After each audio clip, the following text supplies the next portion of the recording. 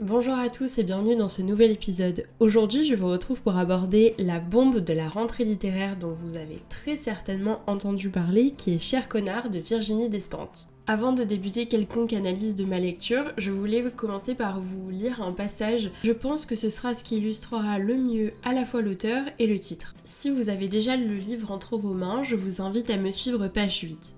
Cher connard, j'ai lu ce que tu as publié sur ton compte Insta. Tu es comme un pigeon qui m'aurait chié sur l'épaule en passant. C'est salissant et très désagréable. Ouin, ouin, ouin, je suis une petite baltringue qui n'intéresse personne et je couine comme un chihuahua parce que je rêve qu'on me remarque. Gloire aux réseaux sociaux, tu l'as eu ton quart d'heure de gloire. La preuve, je t'écris. Et je suis sûre que tu as des enfants. Un mec comme toi, ça se reproduit, imagine la lignée s'arrête. Les gens, j'ai remarqué, plus vous êtes cons et sinistrement inutiles, plus vous vous sentez obligé de continuer la lignée. Donc j'espère que tes enfants crèveront écrasés sous un camion et que tu les regarderas agoniser sans rien pouvoir faire et que les yeux gicleront de leurs orbites et que leurs cris de douleur te hanteront chaque soir. Ça c'est tout le bien que je te souhaite. Et laisse Bidji tranquille, bouffon. Voilà de quoi bien introduire ce roman au caractère explosif et je vais vous expliquer dans la suite de cet épisode pourquoi. Petit point info pour ceux qui ne connaissent pas Virginie Despentes, donc c'est une auteure qui est née un petit peu avant les années 70, je crois 1969. C'est non seulement une écrivaine mais c'est aussi une réalisatrice. Par exemple, elle avait comme premier roman Baise-moi qu'elle a adapté au cinéma en 2000, il me semble, mais elle est très connue pour sa trilogie Vernon Subutex. Je ne me permettrai pas de vous faire l'éloge de Vernon Subutex parce que je ne l'ai pas encore ouvert. Je vous avoue que Cher connard, c'est le premier livre que j'ai ouvert de Virginie Despentes. Auparavant, je n'en avais jamais ouvert et je n'avais pas vu ces séries télé de Vernon Subutex ni le film de Baise-moi.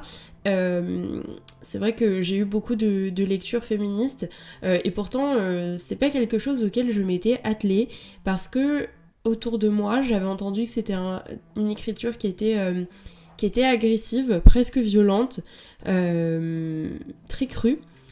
Et je ne savais pas si j'étais prête à ouvrir ce genre de roman, peut-être un peu pessimiste à mon goût. Donc voilà, j'avais laissé un peu l'inspiration de côté jusqu'à ce que Cher connard sorte en août ou début septembre de cette année, il me semble. Et là aussi, j'ai attendu, j'ai écouté les critiques beaucoup, j'ai regardé ce qui se disait autour de moi. Au début, j'avais pas du tout envie d'aller l'acheter. Et puis finalement, j'ai craqué après la grande librairie. Ne me demandez pas pourquoi, je ne sais pas non plus. Mais en tout cas, je suis ravie d'avoir fait ce craquage parce que j'ai découvert une auteure que je connaissais pas du tout, comme je vous l'ai dit. Effectivement, le langage et l'écriture ne sont pas très douces, mais je pense que pour parler des sujets qu'elle aborde, il faut parfois être cru, effectivement. Et il faut parfois aussi prendre le taureau par les cornes, et c'est ce qu'elle fait. Et elle le fait certes sans ménagement, mais ça fait aussi du bien d'avoir quelqu'un qui parle avec un langage aussi franc et honnête et qui nous fait regarder les choses en face. Ça me ramène au caractère explosif que j'avais attribué au roman en tout début d'épisode. Alors pourquoi explosif ? D'abord pour expliquer la relation qui est installée entre les personnages principaux. En effet, on se retrouve plongé dans une relation épistolaire et dans un échange épistolaire entre Rebecca, qui est une actrice d'une cinquantaine d'années, qui le dit et le répète tout au long du roman, qui était extrêmement belle dans sa jeunesse, qui a grandi dans des quartiers très peu favorisée. Ça aussi c'est un thème qui revient constamment dans le roman. Et donc elle est actrice et elle s'est retrouvée délaissée avec le temps parce que comme elle le dit, à partir de 50 ans, une femme est souvent bonne à rien parce que son physique ne sert plus et que on ne veut que des jeunes. C'est aussi une femme qui est addicte à la drogue, à l'héroïne notamment. C'est tout d'abord l'unique lien qui existe entre elle et le deuxième personnage principal qui est Oscar, un écrivain dont la réputation a été minée et tachée par MeToo, puisqu'il a une jeune attachée de presse qui l'accuse de l'avoir harcelée et de l'avoir poussé à la démission de sa maison d'édition. Et donc à travers cet échange épistolaire, chacun fait le point de sa vie, de comment sa jeunesse l'a influencé, ce qu'il en a fait. Est-ce qu'il en est fier aussi ? On a l'impression que c'est quelque chose qui revient souvent. Est-ce que je suis fière de qui je suis et d'où je viens ? On n'en est pas sûr d'ailleurs, suivant les passages.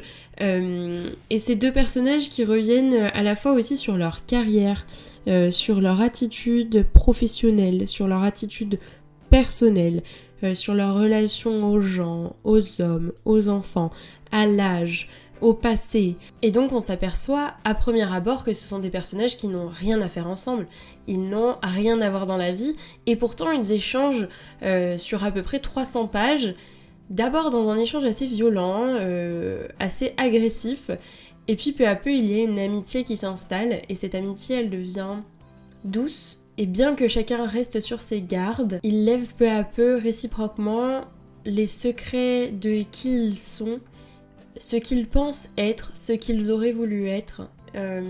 Et c'est des personnages qui deviennent de plus en plus agréables et de plus en plus tendres. Et ça, on s'en rend peut-être pas forcément compte sur les premières pages. On se dit, oula, ça va être un manifesto agressif et violent sur 350 pages. Et en fait, pas du tout. Je trouve que la tendresse s'installe au fur et à mesure de la lecture, et on a des personnages qui deviennent attendrissants, ou du moins c'est ce que j'en ai ressenti. La deuxième raison pour laquelle je parlais d'un roman explosif, c'est qu'on se retrouve au cœur d'un échange entre deux personnages qui ont la cinquantaine et qui essayent de ne pas louper ce tournant dans le siècle des millennials, donc dans ma génération en soi, et on perçoit que ces personnages sont en décalage avec leur temps et les évolutions qui arrivent de toutes parts. Ils sont complètement décontenancés. D'ailleurs, ils se retrouvent enfermés et pris dans le confinement, chose qu'ils n'auraient jamais imaginé. Et à travers cet échange, comme je le disais, ils abordent de multiples sujets, non seulement de leur quotidien, mais aussi de la société d'aujourd'hui. Donc on aborde l'addiction, l'alcool, le sexe, les relations humaines, le féminisme, le masculinisme, un petit peu d'économie, l'ascenseur social, tous ces sujets-là qui sont un petit peu touchy, que dis-je, très touchy aujourd'hui, dans tous les débats, que ce soit avec un ami en politique, avec un inconnu, c'est des sujets qui souvent amènent un petit peu à un débat houleux, et si, comme je disais, Virginie Despentes, elle les prend à bras le corps, et elle en fait pas du tout un manifesto, contrairement à ce que j'ai pu lire et entendre d'ailleurs comme critique. Elle en fait simplement un thème principal. Je pense que le thème principal de ce roman, en fait, c'est le 21e siècle. Qu'est-ce qui se passe pendant le 21e siècle ? Il se passe un véritable séisme. Et ça, il faut le dire. Et ce séisme, tout le monde ne le perçoit pas de la même façon. Je veux dire, ma génération millennials ne le perçoit pas de la même façon que la génération de mes parents, donc les années 70, encore moins de la génération de mes grands-parents qui sont des baby-boomers. Et on peut comprendre finalement le décalage entre chacun et entre les âges.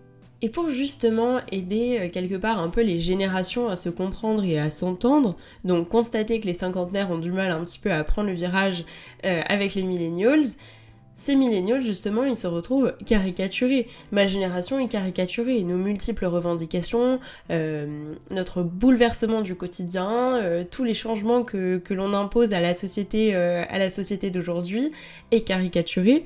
Donc ça, à travers le personnage de Zoé, qui était donc l'attachée de presse du personnage d'Oscar, qui est donc la victime d'Oscar et qui a lancé un blog sur lequel elle s'exprime par rapport à ce sujet MeToo et par rapport à ce qu'elle a vécu.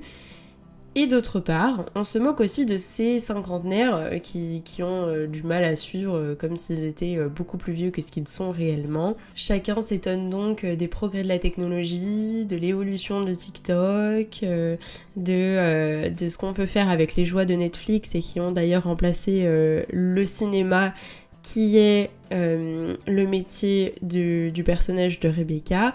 Ça en devient donc certainement drôle. Souvent c'est très très drôle. Ça m'a fait sourire comme ça a pu être très grave sur certains aspects, notamment quand on parle de l'addiction à la drogue, à la cigarette et à l'alcool aussi, et sur le fait d'arrêter et qu'on est dans une société de bien-être dans laquelle il faut absolument se débarrasser de tout nuisible dans notre corps. C'est un sujet qui est très fort et qui suit les personnages tout au long de leurs échanges. Qui d'ailleurs, et je pense que ça sera la seule critique que j'aurai à faire à Virginie Despentes, la drogue est omniprésente. Alors, on peut en faire une critique et à la fois, c'est dur de la faire, parce qu'elle a raison, c'est vrai qu'il y a de plus en plus de gens qui se droguent, ça c'est indéniable, et comme son sujet, enfin son roman dépeint la société d'aujourd'hui, on peut pas lui en vouloir finalement. Mais c'est vrai que le sujet de l'alcool, de la drogue revient souvent, le sujet de la détox aussi. C'est bien d'en parler, j'ai bien aimé cet aspect-là. De là à ce qu'on en parle constamment, pratiquement à chaque page du roman, je ne m'attendais pas à ça. Voilà, ce sera un petit peu la critique que j'avais à faire. Après, ça n'a pas entaché le reste de la lecture, dans le sens où ça ne m'a absolument pas empêché d'apprécier le reste du roman. C'est juste que c'est un sujet qui est récurrent. Et quand on n'est pas vraiment penché sur ce sujet-là, il peut devenir un peu débordant.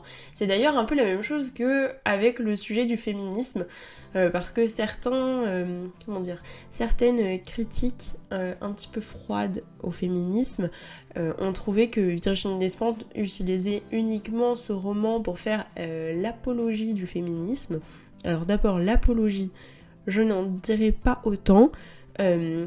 Oui, c'est un sujet qui revient aussi beaucoup. C'est un sujet qui entoure ce roman-là. De là à en faire l'apologisme, je ne pense pas qu'on puisse aller jusque-là. Je trouve que le mot est un peu fort.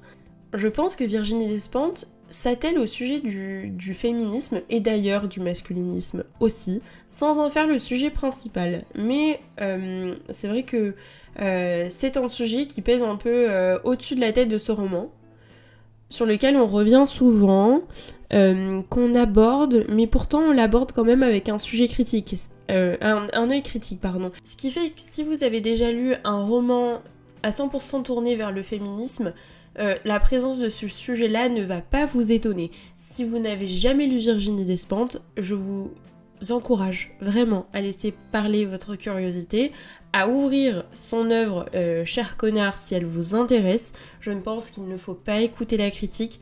C'est pour ça moi que je ne voulais pas au départ aller l'acheter tout de suite en librairie, parce que je me suis dit c'est pas parce que les critiques en parlent de tout le temps, parce que à la rentrée littéraire c'est vrai qu'on en a parlé constamment, donc c'est pas parce que les critiques en parlent de tout le temps qu'il faut absolument courir en librairie l'acheter, c'est pas parce que tout le monde en fait la critique qu'elles sont forcément les meilleures ou que c'est forcément la meilleure œuvre qui est sortie à la rentrée littéraire.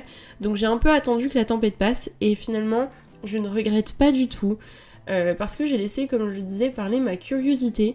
Je me suis laissée emporter et je pense que dans les prochaines semaines j'irai chercher la saga Vernon Subutex parce que c'est des livres qui sont un peu plus anciens dans sa carrière littéraire et ce sera intéressant de voir le cheminement de sa pensée, voir comment elle tourne ces sujets-là sous une différente forme, c'est-à-dire que là c'était quand même assez atypique puisqu'on a un roman épistolaire, d'où la ressemblance, ou du moins la ressemblance qu'on lui attribue avec les liaisons dangereuses. Et donc je disais, j'aimerais vraiment ouvrir Vernon Subutex pour voir comment Virginie Despentes traite des mêmes sujets sous un différent format, peut-être avec des personnages qui sont complètement différents, ça je n'en sais rien, mais en tout cas, une fois encore, je laisserai ma curiosité parler, je me laisserai guider, et je pense qu'il faut savoir aussi se laisser surprendre en littérature et pas seulement écouter les critiques qui sont autour de nous, parce que ça peut nous freiner, et on peut passer à côté d'un roman qu'au final on aurait adoré.